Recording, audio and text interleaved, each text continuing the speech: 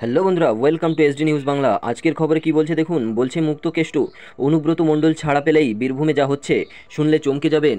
বীরভূমে কি হচ্ছে বলছে বাংলা হান্ট ডেস্কে। বলছে টানা 2 বছর জেলে থাকার পর অবশেষে মুক্তি পাচ্ছেন বীরভূম জেলার তৃণমূল সভাপতি অনুব্রত মণ্ডল। শুক্রবার গরু পাচার মামলায় দিল্লির রাউস এভিনিউ কোর্ট থেকে 10 লক্ষ টাকার বন্ডে জামিন পেয়েছে অনুব্রত ওরফে কেষ্ট।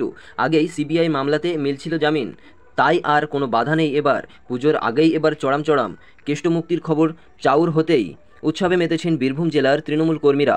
কেষ্টদা ফেরার আনন্দে আত্মহারা সকলে, বাজছে খেলা হবে গান। জোড়াফুল শিবিরে এ যেন পুজোর আগেই উৎসব। কোথাও উঠছে সবুজ আবির, অকাল হোলি যাকে বলে, কোথাও আবার মিষ্টি মুখ হচ্ছে সবুজ রসগোল্লা দিয়ে। অনুব্রত জামিনে খুশিতে বীরভূমে নানুরের থুপসার অঞ্চলে অতকুলা গ্রামে প্রায় 400 গ্রামবাসীকে পেট ভরে খাওয়ানো হয়েছে গরম খাসির মাংস ও ভাত। তবে কেবল মাংস ভাতই নয়, মেনুতে ছিল আরও অনেক কিছু। ছিল সাদা ভাত, আলু কষা তরকারি, খাসির মাংস আর শেষ পাতে দই ও পাঁপড়। এলাহি সব আয়োজন। বীরভূমে রাজনীতিতে কেষ্টর অবদান কারোরই অজানা নয়। এ কথায় বীরভূমের বাঘ, মানে এক কথায় তাকে বলা হয় বীরভূমের বাঘ বলে পরিচিত তৃণমূলের অনুব্রত। জেলার অনেক নেতাকর্মীর কাছেই তিনি অভিভাবক সমান। তাই দাদার জেল মুক্তিতে জেলা তৃণমূল কর্মীদের খুশি যেন ধরছে না। 2022 সালে আগস্ট মাসে বীরভূমের তৃণমূল সভাপতি অনুব্রত মণ্ডলকে গরু পাচার মামলায় গ্রেপ্তার করেছিল সিবিআই। প্রথমে আসানসোল সিবিআই আদালতে এই মামলা চলে। সেখানেই সংশোধনাগারে বন্দী ছিলেন তৃণমূল নেতা। এরপর তিহার জেলে দিল্লিতে নিয়ে আসা হয় অনুব্রতকে। সেখানে তাকে গ্রেপ্তার করে ইডিও। এতদিন তিহার জেলেই ছিলেন তৃণমূল কেষ্ট, তবে এবার বলছে সেখানে তাকে গ্রেপ্তার করে ইডিও। এতদিন ছিলেন তিহার জেলে তৃণমূলের কেষ্ট, তবে এবার ফিরবেন বাংলায়।